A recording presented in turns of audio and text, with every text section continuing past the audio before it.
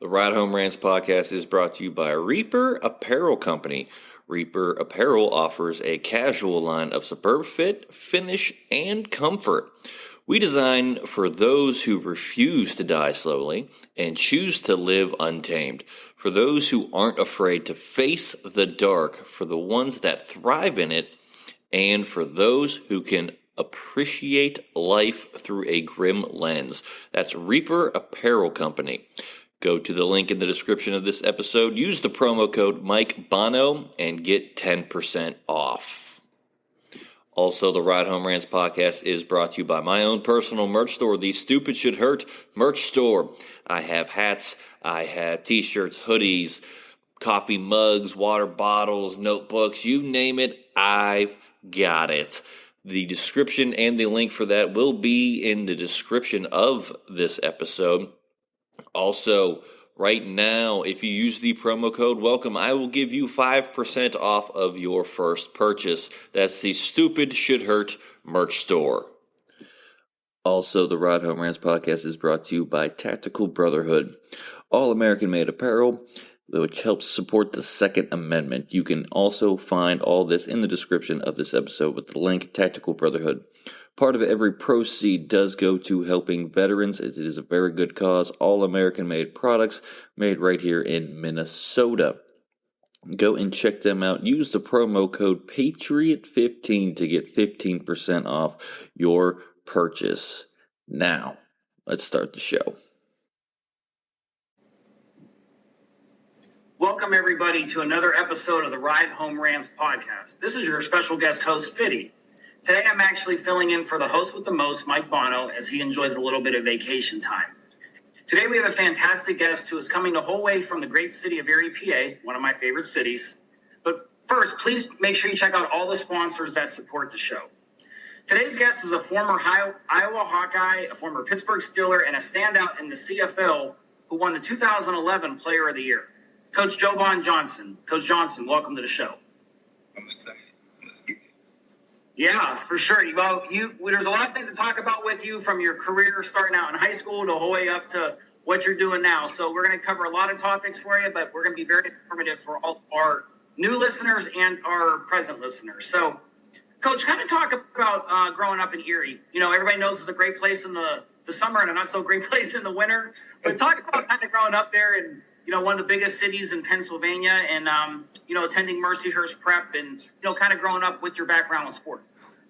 Yeah, I mean, growing up, I was always a basketball guy. Unfortunately, I didn't really get into playing football until later, about the 8th grade. But growing up in Erie, you know, I grew up in tough circumstances, in a 5-bedroom house with about 12 people living in it. We had to fight over everything. Every day was a competition, like who was going to get in the shower first or who was going to make it to get up to get anything that we needed first. So, like, it was a struggle, but at the same time, it was a blessing in disguise. Single parent who adopted 3 of my cousins to live with us. Only 2 kids, me and my younger brother. But, you know, we made it work. You know, my mom worked 2 jobs. Made everything work for us. And, you know, I grew up fast. At about the age of 10, when my younger brother was born, you know, I had to lead the household with all the young kids that were in it and just make sure that everybody took care of business. Like, my uncle, who lived with us growing up, instilled in me a lot of discipline when it comes to academics and things like that. He would make me, when I was young, I was probably 5, 6 years old. When I would come home from school, he'd sit me down at the table, get my homework done as soon as I got home from school.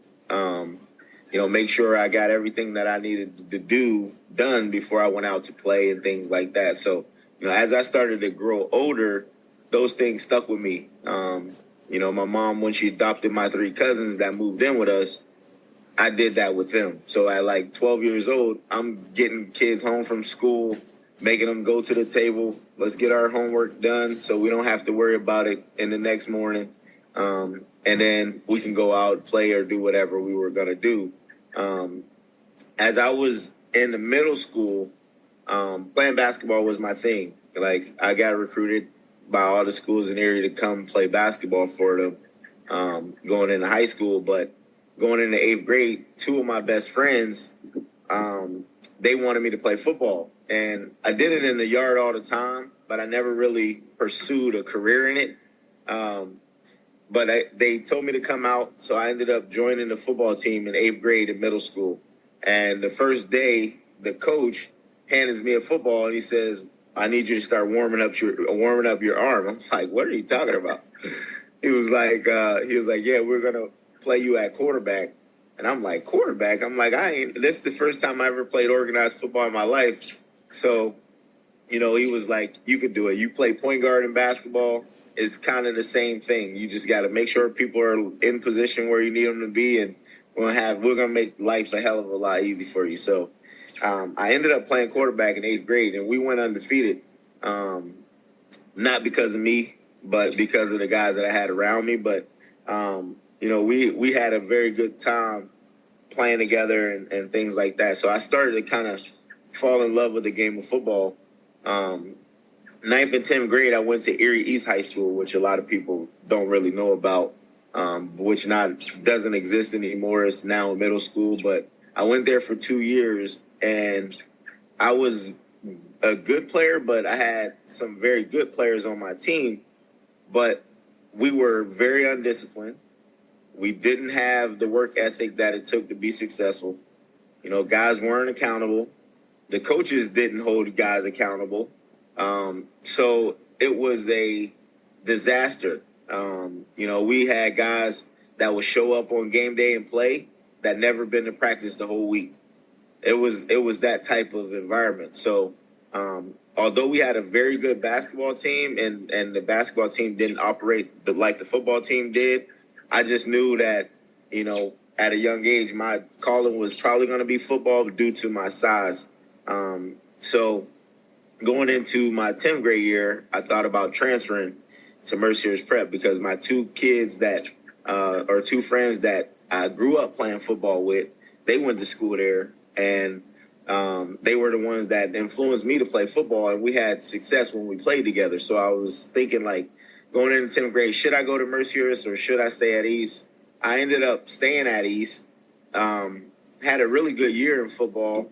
We won our first game in a long time, but we were still dealing with the same issues. And then basketball on the flip side was really good. So I decided, going in my 11th grade year, I'm like, "Hey, I'm out of here. Like, I got to get out of here. I gotta be selfish on this decision and make a decision that's going to help me for my career going forward." Probably the best decision I've ever made in my life, especially as a young adult. That was by far the best decision I've ever made. I went to a school at Mercier's Prep that was disciplined, accountable, had outstanding work ethic. Guys, you didn't have to try to pull teeth to get guys to workouts and things like that over the summer and summer football. Everybody was there. Everybody was accountable. Everybody was on time. Everybody worked hard towards the same goal. And in my junior year, we were really good in football. I believe we went 7-3. And in basketball, we were even good as well. So my senior year at Mercier's Prep, in football, I knew we were going to be really good. Like, I knew that we would have the team to go make a run towards the state playoffs and things like that. We ended up going 9-0, and in those first 9 games, our starters only played 2 quarters minus the first game. So we played 2 quarters of a season in 8 games out of 9. And it was kind of like so easy for us that, it was just coming so natural, and like guys were making plays left and right.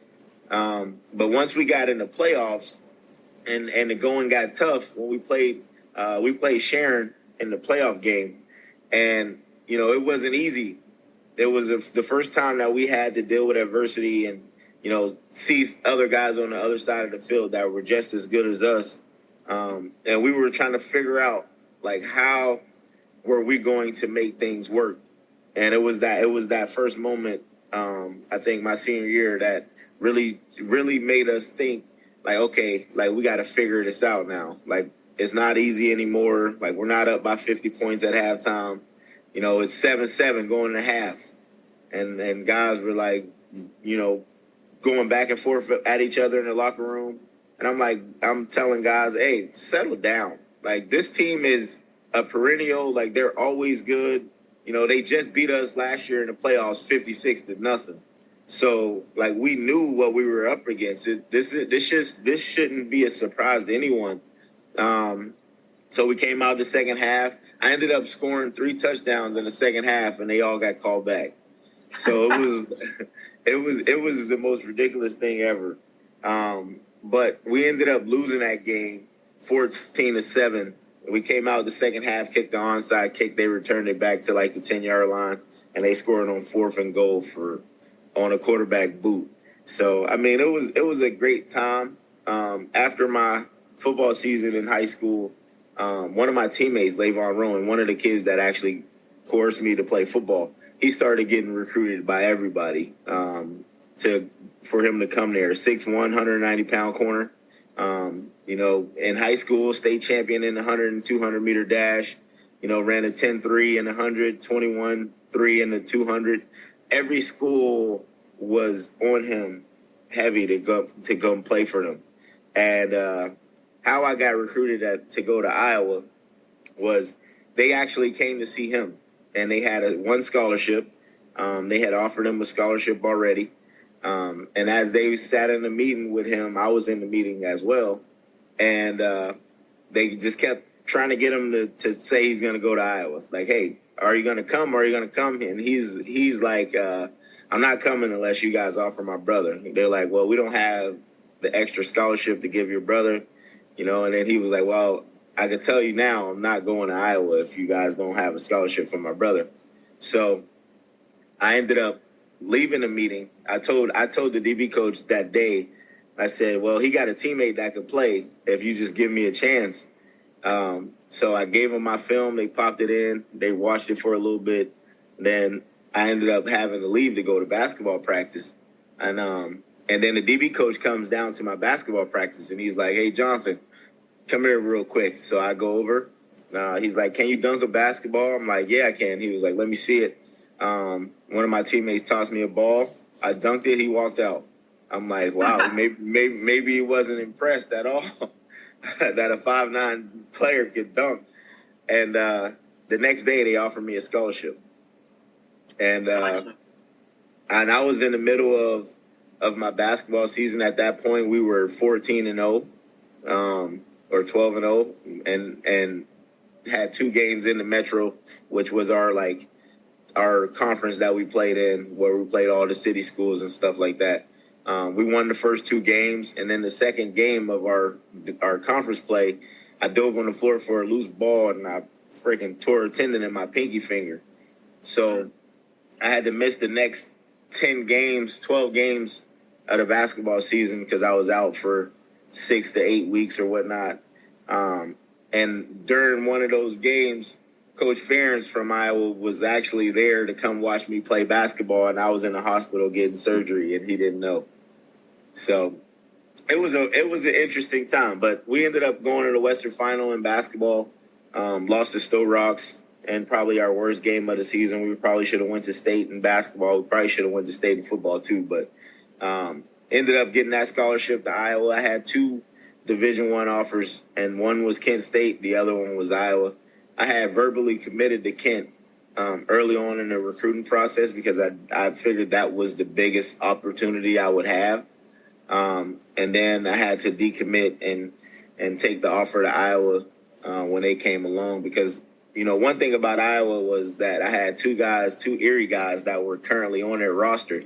So when I went there on a visit, it was like being at home all over again. Like, I knew I had guys that were going to take care of me. They weren't going to let me fail.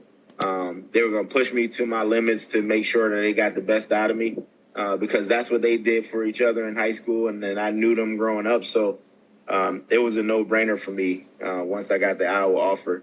But I left after my senior year graduation. I played in the All-Star game in Erie, and then I left and went to Iowa to see what the environment was going to be like.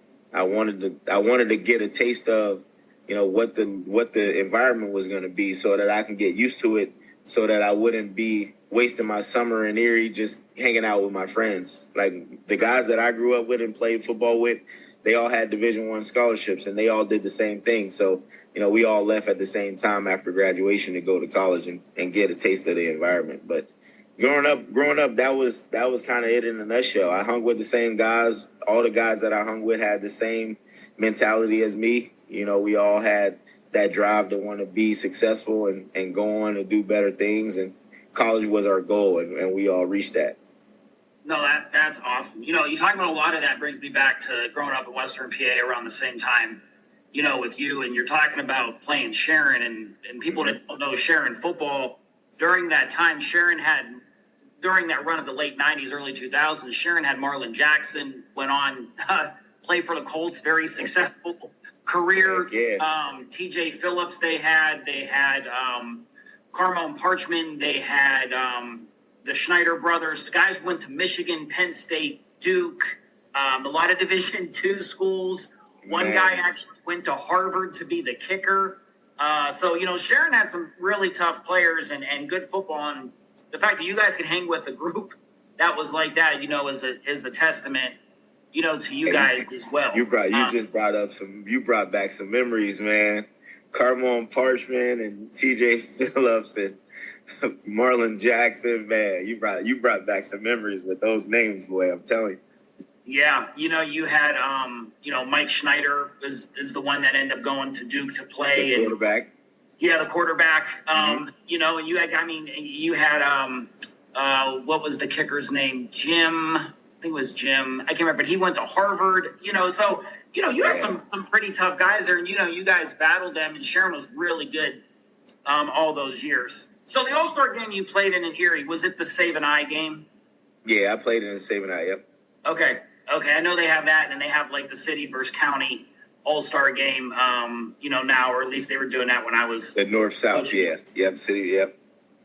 So that is a lot of cool things. Just think about when you said that. So and we're going to get into you got in your recruiting process with Iowa, and we're going to talk about some things with that. The one thing I know is Iowa really goes into Ohio and Western PA and has recruited people. Yourself, they had guys from Warren Harding out of Warren, Ohio there, other guys from Erie, the great Ricky Stanzi, who we talked about in the pre-roll here, from the Menor area, and Ricky, former guest of the show, 3-time bowl winner. So, Iowa's produced some really, really good football players, and they've recruited from really the Midwest and western part of Pennsylvania, very well. So, kind of talk us through. You had a fantastic career there, if I'm not mistaken. You had 17 interceptions in your 4 years there. But talk about some of your more memorable moments in games. What kind of stands out to you as some of those most memorable things you'll never forget about being a Hawkeye? Man, being there and being out there on that field, it's all the moments are memorable. Like some of the guys that I play with, that have lifelong relationships with, that I call friends and brothers right now to this day. We have so many memories. But being out there on the field, just a couple that stand out to me. Anytime we played Penn State, it was like Christmas for me. Like it was like the biggest game of the year, because I wanted to show them that they lost out on a Pennsylvania guy. As a true freshman, I remember playing in Beaver Stadium and being out there. I started as a freshman, so being out there, with the likes of Larry Johnson and Michael Robinson and all these, Brian Johnson, who was a first-round NFL draft pick, all these guys that were out there, and I'm out there as a 18-year-old kid, and they throw a ball my way, and I intercepted and returned it to the 1-yard line. That was a highlight of my freshman year, with all my family and friends there at Penn State Stadium, being a Pennsylvania guy. Another moment that I remember vividly was we were playing in Minnesota, and we needed to win the game in order for us to be eligible to be the Rose Bowl team. we ended up not going to the Rose Bowl. We went to the Orange Bowl that year to play USC, but we're playing in Minnesota, and they got their number one receiver lined up against me, L. Roberson, and he runs a go route, and they throw it up. This guy's probably 6'4", 6'5", right? So he jumps to go get the ball at the highest point, like you're taught to do, and as he's going up, I'm thinking to myself, like, I cannot let him catch this ball, because if he catches this ball, we lose this game. And but I go up, like, and I could jump. I thought, I was pretty explosive. Like, I could jump. But this guy's, like, way over me, right? So he catches the ball in the air. And as he's coming down, I reach my one hand up and I take it from him and intercept the ball and end the game. Like, the crowd went silent. All of my teammates, if you ever watch my, like, college highlight tape and you see the play, like, all of my teammates on the sideline started going crazy. Like, it was the craziest play that I ever made in college. But yeah, it was some times, man. I had some times. I had a punt return against Ball State. They were fourth and about 8 from the midfield, and they lined up in the offensive formation, and I'm at corner. And the quarterback catches the snap and the gun, and he punts the ball. Mm-hmm. And as I'm covering the receiver, like, I realize that the quarterback's kicking the ball. The ball lands about the 10-yard line, and as I'm running towards the ball, but I'm covering the receiver, and the ball literally bounced right into my lap. And I catch it, I turn around, and return it for a 90-yard touchdown. And then after that, I was the punt returner for the rest of my career at Iowa. You got to always love those. You got to love those quick kicks. And you better have some offensive linemen that can run down the field. Yeah. You cover that, especially the defense is playing man against those receivers. They're not having those slow, unathletic linemen trying to cover punts. Because those DBs will get the ball and they'll take it every time, man. Heck yeah. So I was never a fan of the quick kick. Never a fan of the quick kick. I'm not either. When you got offensive linemen out there, those guys tackling the athlete in space, good luck. And everybody remembers what happened with Auburn and Alabama when they had to fill that missed field goal, and you see those big linemen trying to run downfield, and it wasn't pretty. Same thing with a quick kick. So, Coach, after you finish at Iowa, you finish this illustrious, career at Iowa. Kind of walk us through then your preparations to become a professional football player, because you were able to play with the Steelers. You had a fantastic career in the CFL. Kind of walk us through, post last game at Iowa to really how you ended up being in pro football. Oh, yeah. But that kind of takes you back to Iowa, like the development aspect of it.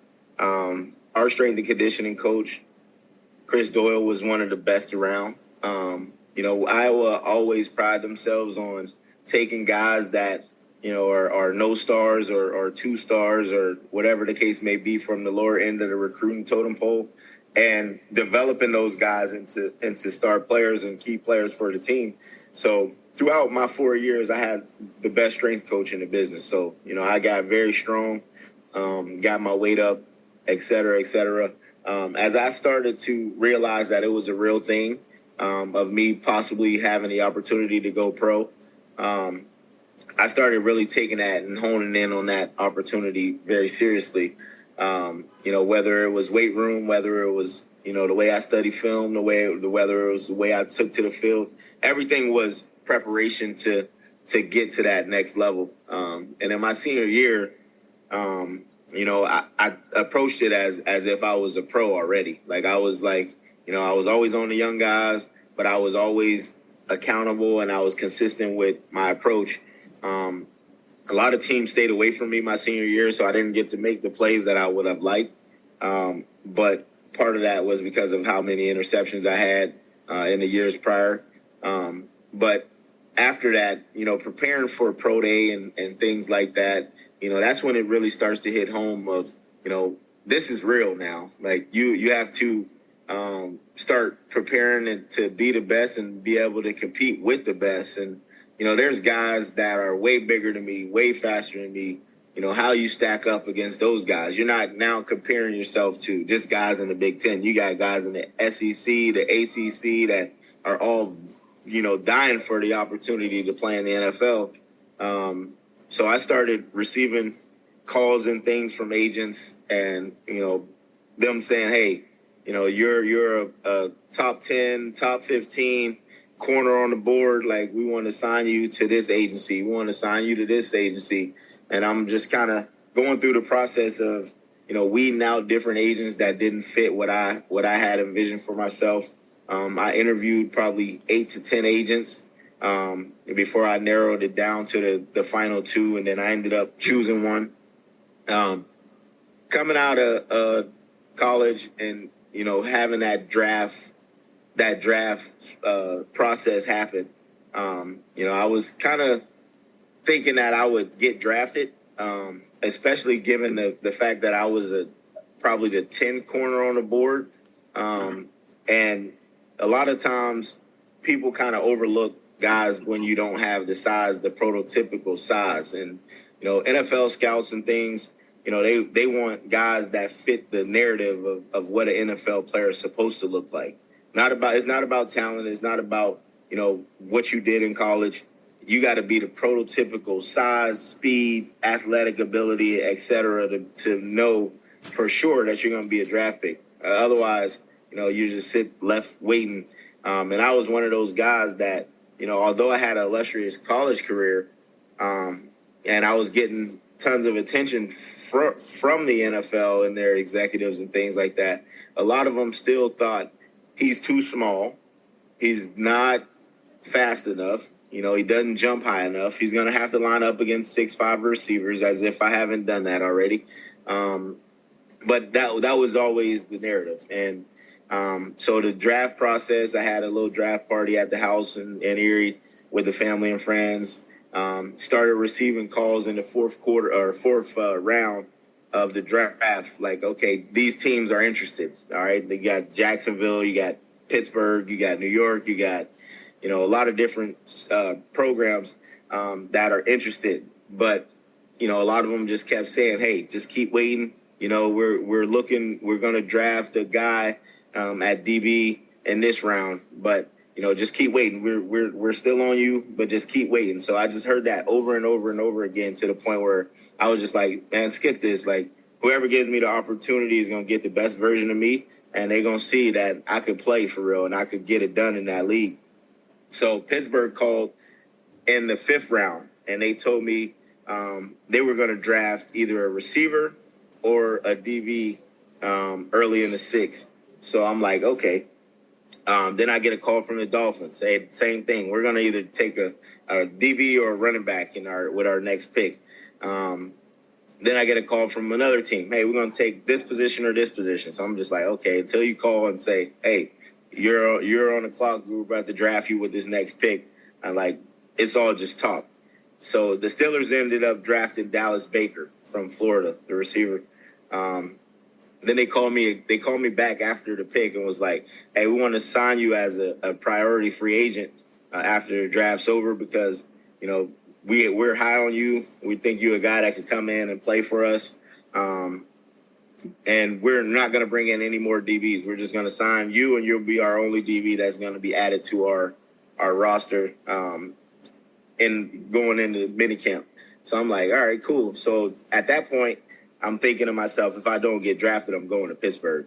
But my agent at the time, he just kept selling me on the New York Jets. The New York Jets this, the New York Jets that. They're willing to give you $10,000, $15,000 signing bonus, et cetera, whatever. So he's pushing for me to go to New York. So I ended up going to New York instead of Pittsburgh, which was probably the worst decision in my football career that I could have made. I went to New York. While in New York, I was there for about 3 months, 2.5 months. I got released 3 times in 2.5 months. Like, they would release me, send me home, call me back the next day and ask me questions like, have you been working out? I'm like, dude, you just seen me yesterday. Like, what kind of question is that? Like, so I kind of felt out of place in New York. because I knew I really should have been in Pittsburgh. And at the time, once I signed with New York, Pittsburgh signed a guy named Anthony Madison out of Alabama. But so that process took a toll, like, you know, and then, you know, I'm going to workouts with the Jets where I was just there. I leave, they bring me back 2 days later. Now I got to compete. And one time that I had to work out for them, I had my high school teammate that played on the other side of me at corner, best friend, the guy that got me into playing football. Now me and him are competing for an opportunity for one spot to play with the New York Jets. Like, craziest situation, but it was great though. But after it was all said and done, played the preseason, ended up getting released again. And at the end of the preseason, I talked to the DB coach, and he was like, man, I fought hard to try to keep you here. Like, you showed that you can play at this level. I like you a lot.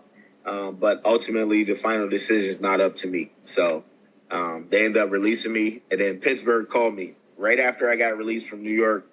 Pittsburgh called, and they're like, so are you ready to be a Steeler? So I'm like, yeah, let's do it. Like, but I had went there right after training camp. So they're going into week 1. And I come in, they put me on practice squad. Anthony Madison, who they signed in place of me instead, he ended up going on the active roster, and I ended up taking his practice squad spot. And he was on active roster for 4 years, won 2 Super Bowls with the Steelers. And, and I was on practice squad for most of my rookie year, played in the final 3 games, and then Bill Cowher left and Mike Tomlin came in my second year, and that's when things all changed and the CFL became a reality. You know, when you're talking about all this, it brings back a lot of memories, you know, growing up then, because I'm finishing college around that time as well. And, you know, I'm a New York Jets fan, and the Jets went through a huge transition time right around the time you're talking about, of going from Herman Edwards, who historically could be one of their most successful coaches ever, to the Penguin, Eric Mangini, who the worst coach I've ever played for, who people have not spoke highly about, and got fired after having Brett Favre as his quarterback in 2008, which led to the Rex Ryan era, probably the greatest era of Jets football, maybe outside of Bill Parcells. But, you know, it was a huge transition time. You really went from Parcells to Al Groh to the Herman Edwards time, which you had 2 great coaches in there. The downside of Eric Mangini, I know Cleveland Brown fans do not like Eric Mangini as well, you know, to the Rex Ryan time. And then you're talking about also, you know, the Bill Cowher era, you know, and the Bill Cowher built team that Mike Tomlin ended up taking over and winning a Super Bowl with. So yeah, you had a lot of transition of coaches there from the old days. And, you know, one thing I would say to all our listeners and attest to what you're talking about, you know, people want to say DBs are too small. You know, you made it in the NFL, great career in the CFL. Bob Sanders stood 5'9", another Erie guy, great career in the NFL. You go really, really far back. Larry Wilson from the Cardinals back then stood about 5'9", played a game with 2 broken hands, intercepted 2 passes that day. And then the great Pat Fisher standing 5'7", 165 for the Redskins back in the early 70s. He even had Darryl Green, too. Darryl Green was Darryl Green, very small as well. So, you know, when people say you are too small for it, you know, there's a lot of examples that you bring up because, yeah, you may be small, but you those guys were all fast, you know, very fast, and they all hit, you know, and the same thing with you. So I think sometimes when people mistake size for the hitting ability, the coverage ability, and the ability to play through pain, you know, I'll take those 3 things over anybody who's 6'2" any single day, you know, to build a team on. So, you know, just a testament to you guys and the fans out there that, you know, if you say you're too small, you're never too small.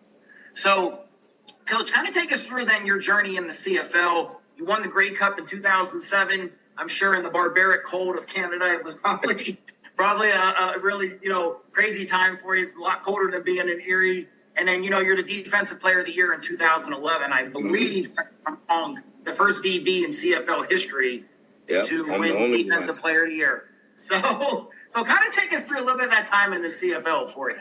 Yeah, my first year in the CFL was a roller coaster. You know, I I came up there with one thing on my mind, and I was getting back to the NFL. So that attitude rubbed a lot of guys up there the wrong way. And I think it's primarily because of how competitive I was. And I wasn't really like the most friendly person that you could just come up to and just act like we were friends. Like I had the mentality like, if you're in the way, I have to beat you out in order for me to get on the field so that I can accomplish what I want to do. And I would rub a lot of the veteran guys didn't like that attitude. So like they were like, felt like they had their brotherhood already. They were winning already. And it was just it was one of those things where we just kind of bumped heads a little bit until they got to know me. Then they understood, okay, like I see why he's like the way he is. Like he's had success in college, made it to the NFL, wants to go back to the NFL. Like, let's be serious now. Like I'm here for a reason. Like I'm not here just to waste time and just sit on the bench and, watch other guys play. Like that's not me. That's not in my DNA. So, once they got to know me, I kind of, started to settle down a little bit. I started making plays all the time. And then they realized that, okay, like this kid can play. I got to get my job. I got to make sure I secure my spot because he's coming in to take a spot. But got into some things with the coaching staff. I got called in the office because one of the veteran guys told the GM that I was acting like I didn't want to be there. So he called me in the office and he's like, a couple of our players feel like you don't want to be here. And I'm like, you think I would have came a million miles away from home if I didn't want to be here? Like they fear that I'm coming to take their spots. That's what the problem is. And the GM looked at me and he was like, all right, you good to go. And then I got into a situation. We're practicing for the Grey Cup and it's below zero outside. And like, if you ever known anything about Canadian winters, like playing in the playoffs in Canada and playing in the Grey Cup in Canada, if you're not indoors, the wintertime in Canada is like the Antarctica. Like it's like minus 25 degrees outside. We're at practice and the quarterback and the coach is having a conversation. I'm on scout team and the quarterback missed on the throw because he didn't wait until the guy got into the window. And I kind of buzzed in the window right where he threw the ball and I almost intercepted it. And then the quarterback and coach was talking and the coach was like, if you wait till he gets to this window, woo, we're going to have a big play. So I was like, yeah, woo, you're going to have a big play. So then the coach kicks me off the field. Like, he's like, you don't never mock a coach and blah, blah, blah. Like, I'm like, man, like it's minus 25 degrees out here. Nobody wants to be out here. I'm the only guy theoretically that's flying around out here in the cold because I'm used to it. And like everybody else is just like shivering, just trying to just get through the practice. I'm trying to lighten up the mood. Like, and he kicked me off the field. They called me in. They ended up putting me on practice roster for the Grey Cup game, which the guys on practice roster get $500 a week in CFL. And we won the Grey Cup. Every player on our team got $18,000. I got $500. So, wow. Yeah, big deal, right? So, but because they did that, at the end of the season, I was now a free agent. So because I ended the year on practice roster, I was a free agent, which was kind of a blessing in disguise because I ended up getting signed by Winnipeg going into 2008. And that's really where my career took off. But I got the Grey Cup ring during training camp in 2008, and I sold it. And I sold it for the $18,000 that I would have gotten if I would have been on an active roster. So I was like, hey, I have no ties to this ring. Like, I didn't help you guys win it. I didn't play in the game. And plus, the way you treated me while I was there, I was like, I don't need this. Like, it's not going to make or break my career. So in Winnipeg 2008, I came in. I ended up taking a veteran guy's spot. And then the coach that I had at the time, Don Burrell, he ended up having me play field corner, field halfback, which is the nickel position. I played the boundary halfback, which is like the boundary nickel, and then ended up at the boundary corner. And the boundary corner is typically in Canada the highest paid defensive back on the field because they play to the short side. And if you know the field in Canada, the short side is more like the NFL.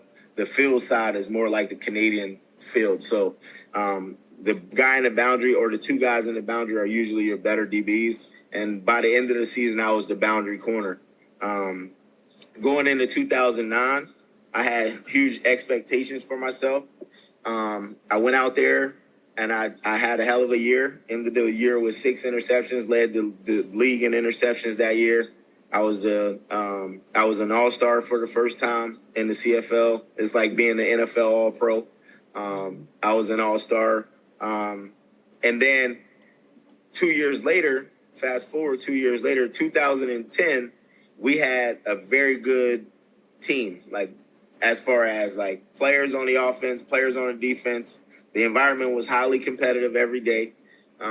We lost 9 games by 3 points or less, and we went 4-14. So I knew going into 2011 that we were going to be really good. They ended up bringing in a new coach who was an offensive guy, which really helped us out on the offensive side. And then defensively, we just kept the same guys that we had, and we were able to put it all together. But we had 3 or 4 guys on our defense in 2011 that could have easily won the Defensive Player of the Year award. I got nominated because of how they did the voting. The first place votes you get, it was through like media and coaches. Me and Jonathan Hefney, who was also to my side, me and him were the boundary halfback and the boundary corner. We had the same number of first place votes.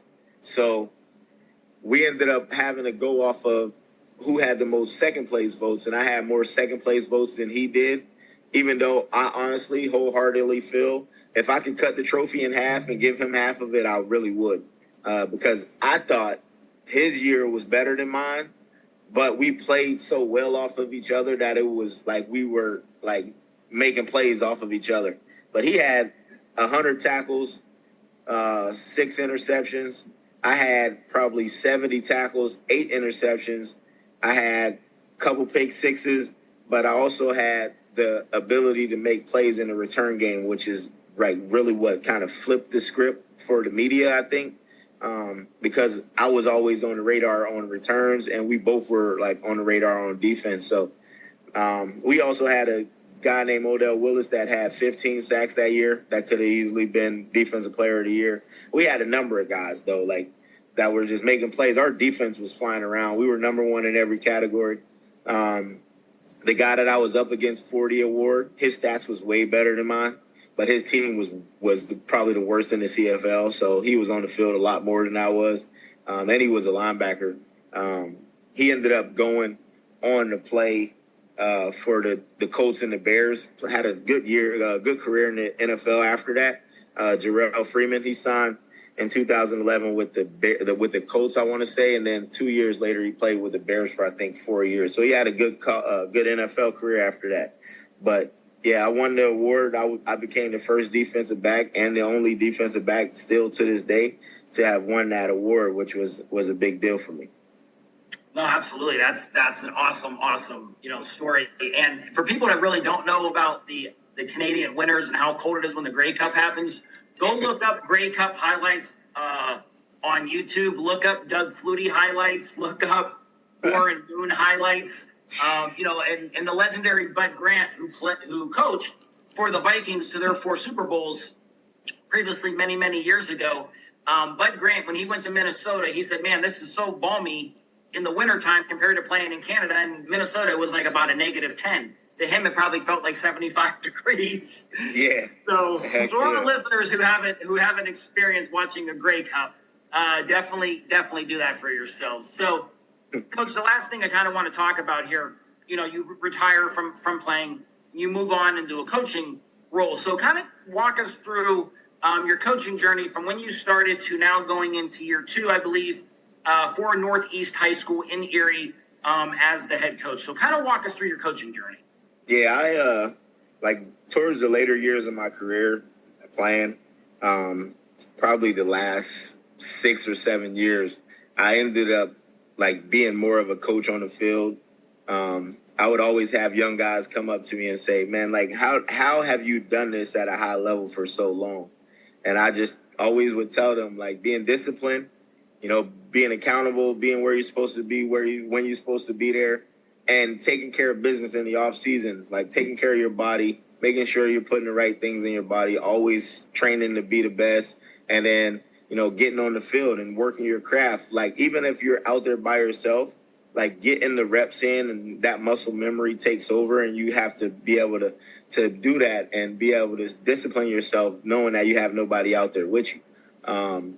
So I started mentoring a lot of young guys, like going in the later years of my career, and teaching them the game, teaching them the things that I knew, how I was able to be successful playing the game and things like that. So coaching became something that I just kind of fell in love with because of the mentoring of young players. So after I retired in 2019, which sounds like yesterday, but I retired in 2019, and I knew I was going to go into coaching. I was thinking, like, okay, where's the best possible opportunity that I can get? I went to the coaching convention that year. One of my former teammates in the CFL didn't introduce me, but he reminded me that one of our coaches that were on our staff in 2009 in Winnipeg was now a head coach at a college in Ohio. But told me to go talk to him. I ended up going to talk to him, and he said he might have a defensive back coaching position open. And I was like, man, if you do, I'm all in. Like, I would love to come there and coach DBs and teach them what I know and things like that. So about a week later, he called me. He was like, hey, I got that position. Are you interested? I'm like, hell yeah, let's do it. A guy named Manny Matsakis, who was legendary on the triple shoot, like a lot of the air raid triple shoot stuff. But he brought me in. Like, the first year I was there, we had 19 players in spring ball. And, our goal was to recruit as many guys as possible and try to fill out the roster. And that was something that I kind of started learning, the recruiting process and how it worked, because I never had to do it. Like, I never had to go out and recruit players. Obviously, I knew what good players looked like, but having to recruit them and sell them on the school being the right fit and academically being a fit and things like that, it was an experience, and it taught me a lot. We ended up bringing in 160 in our first recruiting class in 2019. So going into the season, we had high promise. Like, we were like, okay, we got our roster filled out. All right, let's evaluate these guys, see what we got. We had some talented players. And, we knew that we were trending in the right direction. But halfway through the season, our defensive coordinator gets fired. He's like acting out at a golf tournament, drinking and cursing at people and stuff. He got relieved of his duties as a coach. And I ended up taking over the defense as the defensive coordinator. And in that first 6 weeks, we gave up probably 50 points a game.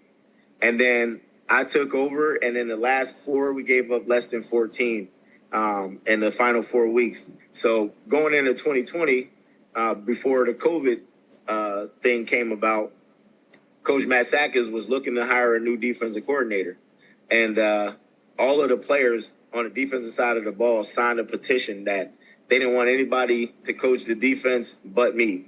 And so he ended up interviewing all these high-profile guys, and then he ended up coming back to me and saying, you know what, like, the guys want you, I want you, I think you're fit for this, like, let's go do it. So I ended up taking over as a defensive coordinator, and then we ended up going in 2020. We didn't play in the fall, we ended up playing in the spring, but we won 4 games in the spring, beat Bluffton, which was our rival, took the hammer. We had a great year. We probably could have easily went 6-4. We lost a couple close ones, but it was the defense that was really like starting to click. Like, guys were playing fast. I simplified things, made it easy for them. We ran the same defense that they run at Iowa. We didn't have to do too much. You know, they're very vanilla in what they do, but they're just really good at it. So we did that, mixed in with our blitzes and things like that, and had a good year. 2021, I ended up leaving because I was going to take a head coaching job at the high school in Erie. No, that was 2022 after the 21 season. But I interviewed, they called, they call themselves Erie High School now. Like, it's all the public schools are now one school. And the superintendent called me and he asked me if I wanted to interview for the head coaching position. And, you know, they were looking to hire a new head coach for the football program. And I told him, of course I would. Interview for that, ended up going through a roller coaster ride of how I didn't end up getting a job, which, you know, is neither here nor there. But so that year, 2022, that was 21, had to be 21. 2021, I ended up coaching at Erie East Middle School, like with the middle school team, just kind of helping out a friend. Then I interviewed for the head job at Iroquois and Northeast, and ended up getting offered both jobs. I probably would have been at Iroquois if they had a board member not resign, because they were going to offer me the job first. And then ended up getting the Northeast job, which was probably the better of the two. And we had a great year last year. First year, introducing the kids to spread. You know, they were predominantly a gun wing team, so they didn't really know much about the spread offense and how that worked. We ended up going 2-8. Probably could have easily went 7-3. We had some close losses, some tough losses, but it was just the growing pains of, you know, guys understanding. Okay, now you understand that off-season workouts matter. You know, like winning in the fourth quarter matters. Being disciplined and accountable matters. Like, these things matter because now we can go back and show kids the film and say, okay, if we would have done this and this wouldn't have happened, like, that would have been a play we won.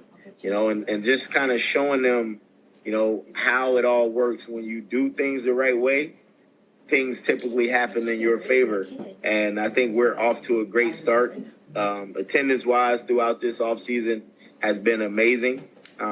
We've had guys play other sports, and as long as they communicate, I'm okay with that. I don't mind it at all. I encourage our guys to go play, you know, run track, you know, play basketball, play soccer, whatever the case is. Like, long as it doesn't interfere with your football season, I'm cool with that. But we've had outstanding attendance to our off-season and summer stuff, and it's starting to show. Like, it's starting to click. Like, the guys are starting to get it. Like, they know that we have the potential to win the region if we just come out and compete and play fast and do the things that they're getting coached to do. And we've played some 7-on-7s against some teams that were amazing, and we've held our own and won a lot of them. So it's just a matter of time now. Like, the clock's ticking, and, you know, we're just a few weeks away before training camp. Yeah, absolutely. And definitely on everybody's behalf from Ride Home Rants, we definitely wish you the best of luck. And, you know, I know Mike will definitely be tuning in. He tunes in and check out a lot of the former guests' seasons and things like that. Mm-hmm. So, you know, he'll definitely be checking you out. Coach, before we get going, I got a couple promo reads and we're going to finish up. So for all the new listeners and all the past listeners, we have two new sponsors besides the ones that we do have in our pre-roll before the show starts. So we have W Energy drinks made for gamers, streamers, and podcasters by gamers, streamers, and podcasters. W is formulated to give you the focus and energy you need with no jitters or crash. So you can always replace your Red Bull or your coffee with W Energy. The other one that we got is Shank It Golf.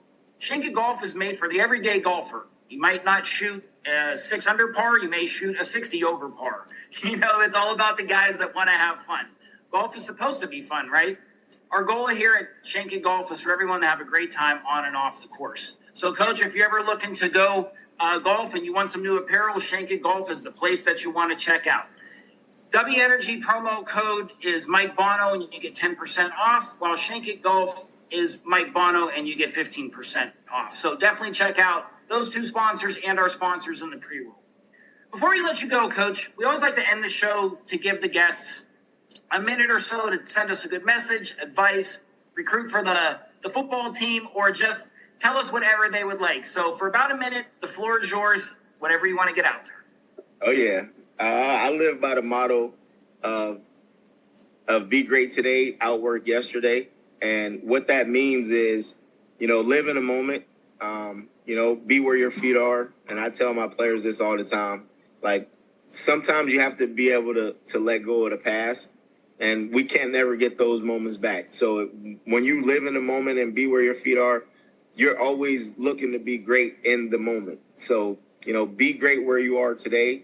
Forget about yesterday. Don't think about tomorrow, because tomorrow's never promised, and yesterday we can't get back. So, enjoy the moment that you're in, make the most of the moment that you're in, and just continue to strive to be the best version of yourself, and things will typically work themselves out. And, don't ever let anybody tell you what you can and can't do. You can do whatever you put your mind to, as long as you put the work towards it and the action behind it. Good things typically happen. So keep going. Thank you, Coach. That's a great way to end the show. So that's going to do it for this week's episode of the Ride Home Rants podcast. Coach Jovon Johnson, former NFL player, former CFL All-Star, current head coach at Northeast, thank you again for coming on. As always, if you like the show, be a friend and tell a friend. If you didn't, tell them anyway. They may like it just because you didn't. That's going to do it for this week's episode. We'll see you next week. The Ride Home Rants podcast is brought to you by W Energy. Energy drinks made for gamers, streamers, and podcasters alike. For gamers, streamers, and podcasters alike. Go to the link in the description where you can find the best energy drinks out there. Less caffeine than a cup of coffee. Also, no jitters and no crash afterwards. Use the promo code Mike Bono and get yourself 10% off. Also, the Ride Home Rants podcast is brought to you by my favorite sponsor of the show, and that is Shankit Golf. Golf apparel made for the everyday golfer. We might not go out and shoot a 6 under par. We're probably going to shoot a 6 over par, but this is going to give us the gear that's going to help us rocket on and off of the course. Go to the link in the bio, use the promo code Mike Bono, and get yourself 10% off there as well.